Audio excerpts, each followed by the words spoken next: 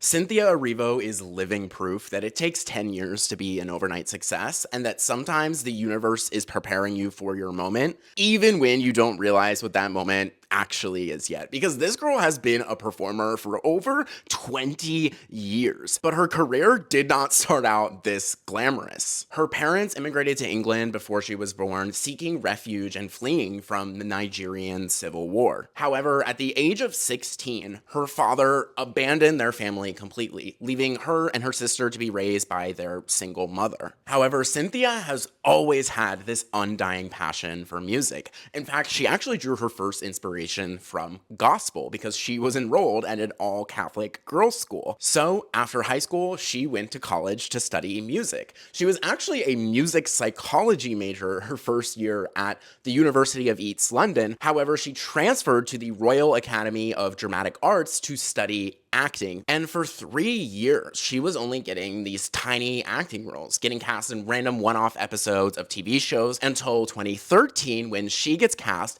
in the off-Broadway production of The Color Purple. This was the universe preparing her for her moment. She didn't know that was going to happen until like a few years from now. In 2014, she got cast in a musical called I Can't Sing, and this actually received some negative reviews, and it closed barely 1 month after it opened. But what happened the very next year? She got cast on Broadway, reprising the exact same role in The Color Purple, but this time as a full Broadway production. She goes on to win both a Grammy and a Tony for this role, and it completely explodes her career. She lands acting gigs in Bad Times at the El Royale, she plays Harriet Tubman in her biopic, she's in the Pinocchio movie, and even released her own studio album. And in 2024, she is the leading actress of one of the largest movies of the entire year at 37 years old. Like, she has been climbing this ladder for years. And what you have to learn from this story is that just because your path doesn't look like somebody else's path